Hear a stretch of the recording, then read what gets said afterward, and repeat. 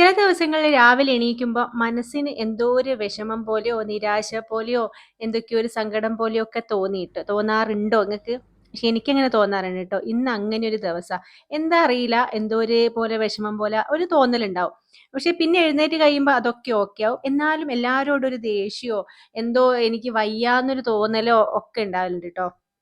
അപ്പൊ അങ്ങനെ എനിക്ക് തോന്നുന്നു എന്നെപ്പോലെ തന്നെ ചിലർക്കൊക്കെ അതുകൊണ്ട് തന്നെ ഇന്നത്തെ പണിയിൽ എന്നെ സജീഷ് ചേട്ടൻ സഹായിക്കുന്നുണ്ട് ട്ടോ. അല്ലെങ്കിലും സഹായിക്കും, ആരെയും കേട്ടാ വിചാരിക്കും സഹായിക്കില്ലാന്ന്. അല്ല, പക്ഷെ ഇന്ന് കുറച്ച് കൂടുതൽ സഹായിച്ചിട്ടുണ്ട്. കാരണം എനിക്ക് ഞാൻ പറഞ്ഞില്ലേ എന്തല്ലോ ഒരു മനസ്സിന് മാത്രല്ല ശരീരത്തിനും ഒരു വയ്യായിക ട്ടോ. അപ്പൊ ഇന്ന് കൊഴുക്കട്ടയാണ് ഉണ്ടാക്കുന്നത്. ചിലർക്ക് കൊഴുക്കട്ട എന്ന് പറയും, ചിലർക്ക് ഉണ്ടാന്ന് പറയും. അപ്പൊ അതാവുമ്പം പെട്ടെന്ന് കുഴച്ച് നമ്മൾ ഇഡ്ഡലി ചെമ്പിൽ അങ്ങോട്ടേക്ക് ഉരുട്ടിയിട്ട് കൊടുത്താൽ മതി. ആവിയിൽ വെന്ത് കഴിഞ്ഞാൽ അത് നന്നായിട്ട് തണിഞ്ഞതിന് ശേഷം ഇങ്ങനെ 4 കഷ്ണാക്കി മുറിക്കുക. 4 കഷ്ണം എന്നില്ല, കുറച്ചുകൂടെ ചെറുതാക്കി മുറിക്കുക കേട്ടോ.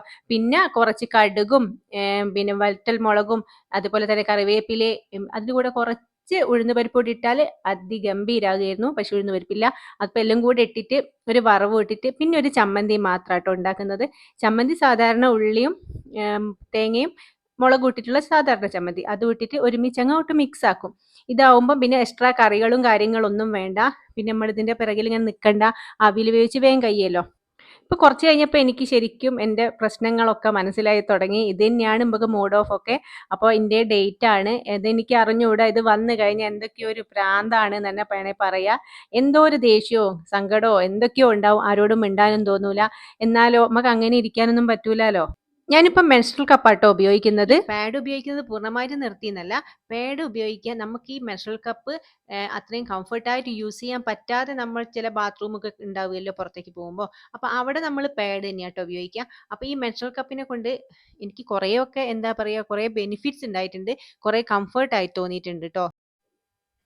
ഇത് 10 വർഷം നമുക്ക് തുടർച്ചയായിട്ട് ഉപയോഗിക്കാം കേട്ടോ. അതുപോലെ തന്നെ 12 മണിക്കൂറോളം ലീക്ക് ഫ്രീ പ്രൊട്ടക്ഷൻ തരുന്നുണ്ട്. ബാഡ് ഓഡേഴ്സ്, ഡ്രൈനെസ്, ഡിസ്കംഫർട്ടബിൾ ഇതിൽ നിന്നെല്ലാം നമ്മളെ എവർടീന്റെ മെൻസ്ട്രൽ കപ്പ് പ്രൊട്ടക്ട് ചെയ്യുന്നുണ്ട്. ഇത് മെഡിക്കൽ ഗ്രേഡ് സിലിക്കോൺ കൊണ്ട് ഉണ്ടാക്കിയത് കൊണ്ട് തന്നെ നമുക്ക് ഒരു ഇറിറ്റേഷനും ഉണ്ടാവുന്നില്ല കേട്ടോ. ശരിക്കും പറയുകയാണെങ്കിൽ മെൻസ്ട്രൽ കപ്പിനെ പറ്റി ഞാൻ ഇതിന്റെ മുന്നേ ഒരു വീഡിയോ ഇട്ട് പറയണമെന്ന് വിചാരിച്ചേട്ടോ. എന്താന്ന് വെച്ചാൽ ഇത് യൂസ് ചെയ്യാന്ന് പറയുന്നത് എന്നെ സംബന്ധിച്ചിടത്തോളം ഭയങ്കര ടാസ്ക് ആയിരുന്നു കേട്ടോ.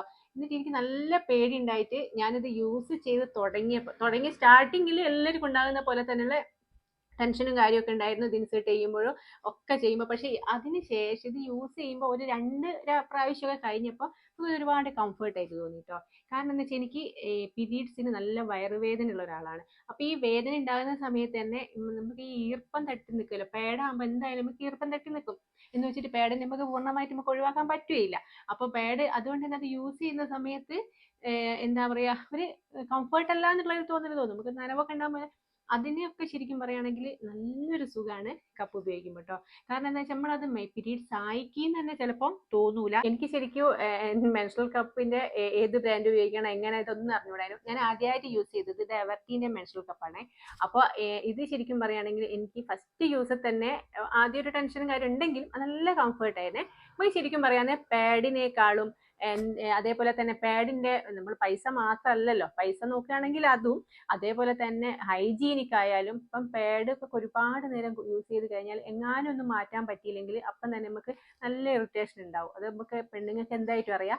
അതേപോലെ തന്നെ നമ്മളെ സംബന്ധിച്ചിടത്തോളം നമ്മളിവിടെ അപ്പാർട്ട്മെന്റിലാണ്. അപ്പം നമ്മൾ ഇത് കളയാന്ന് പറയുന്നത് കുറച്ച് റിസ്ക് ആണ്. അപ്പോൾ ഇത് ഡിസ്പോസ് ചെയ്യുന്ന കാര്യത്തിലൊക്കെ കപ്പാകുമ്പോൾ ഇതൊന്നും ഒരു ടെൻഷൻ അടിക്കണം കേട്ടോ. പക്ഷെ നല്ല വൃത്തിയിൽ കൊണ്ട് നടക്കണം. അതെന്ന് വെച്ചാൽ അത് നമ്മൾ ഏത് പീരീഡ്സിന്റെ ഏത് സാധനം, അത് പണ്ട് ഉപയോഗിച്ച തുണിയായാലും പാഡായാലും അതേപോലെ എന്തായാലും ഇപ്പൊ നല്ല വൃത്തി കൊണ്ടുവരുന്നില്ലെങ്കിൽ നല്ല പണി കിട്ടും. അപ്പൊ അതുകൊണ്ട് തന്നെ നല്ല തിളച്ച വെള്ളത്തിൽ നല്ലോണം തിളപ്പിച്ചതിന് ശേഷം നല്ലോണം തുടച്ച് വൃത്തിയാക്കിയിട്ട് നമുക്ക് ഇതിൽ ഒരു പൗച്ച് കിട്ടുന്നുണ്ട്. ആ പൗച്ചിൽ വൃത്തിയായിട്ടിട്ട് നല്ല സ്ഥലത്ത് വെക്കുക. പിന്നെ നെക്സ്റ്റ് നമ്മൾ മന്ത് യൂസ് ചെയ്യുന്നതിന് മുന്നേ തന്നെ ഇത് നല്ല തിളച്ച വെള്ളത്തിൽ നല്ലോണം തിളപ്പിച്ചതിന് ശേഷം ഇങ്ങനെ തന്നെ ഉപയോഗിക്കുക. അതേപോലെ തന്നെ നമ്മൾ ബാത്റൂമിലൊക്കെ ആണെങ്കിൽ അതിനായിട്ട് തിളപ്പിക്കാൻ ഒരു പാത്രവും അതേപോലെ തന്നെ ബാത്റൂമിൽ കുറച്ച് നമ്മൾ കുളിക്കുന്നവരെയൊക്കെ കുറച്ച് ചൂടുവെള്ളത്തിൽ ഇട്ട് വെക്കാനായിട്ട് ഒരു എക്സ്ട്രാ ഒരു പാത്രം കേട്ടോ. അത് വേറെ ആരും യൂസ് ചെയ്യാത്ത രീതിയിൽ അത് എടുത്ത് വെക്കുകയും കൂടി ചെയ്ത് കഴിഞ്ഞാൽ പിന്നെ ഇതിന് ഈ വേറെ ഒരു കാര്യത്തിലും ടെൻഷൻ അടിക്കാനില്ല. പിന്നെ എല്ലാവർക്കും ടെൻഷൻ ഉള്ള പോലെ തന്നെ എനിക്ക് ഭയങ്കര ടെൻഷൻ ആയിരുന്നു. ഇത് ഉള്ളിൽ ഇടുന്നത് ഓക്കെ, എടുത്തു കഴിഞ്ഞാൽ അതും കൂടിക്ക് വരുമോ എന്നുള്ള കാര്യത്തിൽ, കാരണം അതങ്ങ് കയറി പോകുമോ എന്നുള്ള കാര്യത്തിലൊക്കെ. പക്ഷെ അത് ശരിക്കും പറയുകയാണെങ്കിൽ നമ്മളൊരു തെറ്റിദ്ധാരണയാണ് കേട്ടോ. സ്റ്റാർട്ടിങ്ങിൽ ഞാൻ വിചാരിച്ചത് ഒരിക്കലും നടക്കാത്ത കാര്യമാണ്. പക്ഷെ ഒരു കുഴപ്പമില്ല. ഇത് യൂസ് ചെയ്യുന്നത് കാണുന്ന മെത്തേഡ് നോക്കിക്കോളി. ഇതിങ്ങനെ മടക്കണം കേട്ടോ. ഇങ്ങനെ മടക്കി കഴിഞ്ഞ് കഴിഞ്ഞാൽ ഇത് നല്ല കറക്റ്റായിട്ട് ഇങ്ങനെ ഹോൾഡ് ചെയ്ത് കഴിഞ്ഞാൽ ഇത് നന്നായിട്ട് നമുക്ക് പെട്ടെന്ന് ഇൻസേർട്ട് ചെയ്യാൻ പറ്റും. ഇത് ഒരു മെത്തേഡാണ്. അതേപോലെ തന്നെ ഈ ഒരു മെത്തേഡ് ഉണ്ട്. ഈ ഒരു സംഭവവും അതേപോലെ തന്നെ പെട്ടെന്ന് തന്നെ ഇൻസേർട്ട് ചെയ്യാൻ പറ്റും കേട്ടോ. അപ്പോൾ ഇതുവരെ ഉപയോഗിക്കാത്തവരുണ്ടെങ്കിൽ ഇതൊന്ന് ട്രൈ ചെയ്ത് നോക്കുക. ഒന്നും പേടിക്കാനില്ല. ഇനി മേ ബി ഇതെന്തെങ്കിലും ഒരു പ്രശ്നം പോലെ തോന്നിയിട്ടുണ്ടെങ്കിൽ നിങ്ങൾക്ക് ഗൂഗിളിൽ നമ്മുടെ യൂട്യൂബിലൊക്കെ ഇഷ്ടംപോലെ വീഡിയോസ് ഉണ്ട്. എന്തെങ്കിലും ഡൗട്ട് തോന്നിയിട്ടുണ്ടെങ്കിൽ, എന്തെങ്കിലും ടെൻഷൻ തോന്നിയിട്ടുണ്ടെങ്കിൽ അതൊന്ന് നോക്കിയാൽ മതി കേട്ടോ. സ്കൂൾ പൂട്ടിയതിന് ശേഷം കുഞ്ഞുവിന്റെ സിദ്ധുവിന്റെ മുടി വെട്ടി വരുന്ന സമയത്ത് സതീഷേട്ടൻ ഇവിടെ അടുത്തുള്ള ബേബിയേട്ടന്റെ വീട്ടിൽ നിന്ന് കുറച്ച് ചക്കക്കുരു, കുറച്ച് മുരിങ്ങയിലയും കൊണ്ടുവന്നിന് കേട്ടോ. കുറേ എവിടുന്നെങ്കിലും ഈ മുരിങ്ങയിലയും ചക്കക്കുരു കിട്ടുകയെന്ന് വെച്ചാൽ ഭയങ്കര സന്തോഷമല്ലേ. പിന്നെ ഞാൻ മെല്ലെ ഇനി എൻ്റെ കാര്യങ്ങളൊക്കെ ഒന്ന് താളം തെറ്റും. അതുകൊണ്ട് തന്നെ ഞാൻ അവിടെ ഇരുന്നിട്ട് അതൊക്കെ ഒന്ന് ഇറന്നെടുക്കാൻ സതീഷേട്ടനെ സഹായിച്ച്, പിന്നെ മക്കളും എല്ലാവരും കൂടി ആട്ടോ മുരിങ്ങയില നുള്ളിയിടുന്നത്.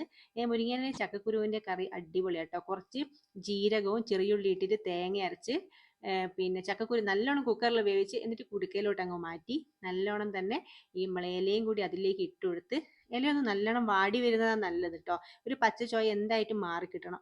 അപ്പം അതിലേക്ക് ഇട്ടിട്ട് നല്ലോണം എന്താ പറയുക, ഈ അരച്ച തേങ്ങയും കൂടിയും ചേർത്തിട്ട് ഇളക്കി കുറച്ച് നേരം ഒന്ന് തിളച്ചിട്ട് അങ്ങോട്ട് വാങ്ങിയേക്കാം കേട്ടോ. ഈ കറി വെക്കുന്നതൊക്കെ സതീഷേട്ടനാണ്. ഇന്നും നാളെ സതീഷേട്ടൻ്റെയും ദേവുവിൻ്റെയും കുഞ്ഞുവിൻ്റെയും സിദ്ധുവിൻ്റെയും ഡ്യൂട്ടി ആയിരിക്കും കുറേ കാര്യങ്ങളൊക്കെ കേട്ടോ. എൻ്റെ ഒരു ഹെൽപ്പ് ഉണ്ടാവും. എന്നാലും എന്താ പറയുക, എനിക്ക് അങ്ങനെ അങ്ങ് ഓടി നടക്കാൻ പറ്റാത്തൊരവസ്ഥയായിരിക്കും. പിന്നെ വറവിട്ടിട്ടോ ചെറിയുള്ളി, പിന്നെ നമ്മുടെ വറ്റൽമുളകും കറിവേപ്പിലയും ഇതൊക്കെ ഇട്ടിട്ട് നല്ലൊരു വറവിട്ട് മുരിങ്ങയിലയും ചക്കക്കുരുവിന്റെ അടിപൊളി കറിയാട്ടോ എങ്ങനെ ഉണ്ടാക്കിയാൽ. പിന്നെ ഇന്നിവിടെ ഞാൻ ഉണക്കമുള്ളനാട്ടോ വാങ്ങിയത്. ഉണക്കമുള്ളനും മുരിങ്ങയിലന്റെ കറിയൊക്കെ രണ്ടും കൂടി നല്ല കോമ്പിനേഷനാണ്. കൂടെ പുളിക്ക് വേണ്ടിയിട്ട് പച്ചമുളകും ഉള്ളി പുളി എല്ലാം കൂടി അരച്ച് കുറച്ച് വെളിച്ചെണ്ണയും ചേർത്തിട്ടോ. പിന്നെ മാങ്ങേൻ്റെ അച്ചാറുണ്ടായിരുന്നു. അങ്ങനെ മുരിങ്ങയിലന്റെ കറി, മുള്ളം വറുത്തതും അതേപോലെ ഉള്ളി ചമ്മന്തി, അച്ചാറും മാങ്ങേൻ്റെ അച്ചാറും എല്ലാം കൂട്ടിയിട്ട് ഫുഡെല്ലാം സൂപ്പറായിരുന്നു. എനിക്ക് പക്ഷെ നല്ലോണമൊന്നും കഴിക്കാൻ പറ്റിയിട്ടില്ല കേട്ടോ. പിന്നെ നമ്മളെ മക്കൾ കുറേ കളിക്കാനിരുന്ന്, പിന്നും ബാക്കി ഒരുപാട് പണിയുണ്ടായിരുന്നു. ക്ലീനിങ്, അടിച്ചു വാരൽ ഒക്കെ ഉണ്ടല്ലോ.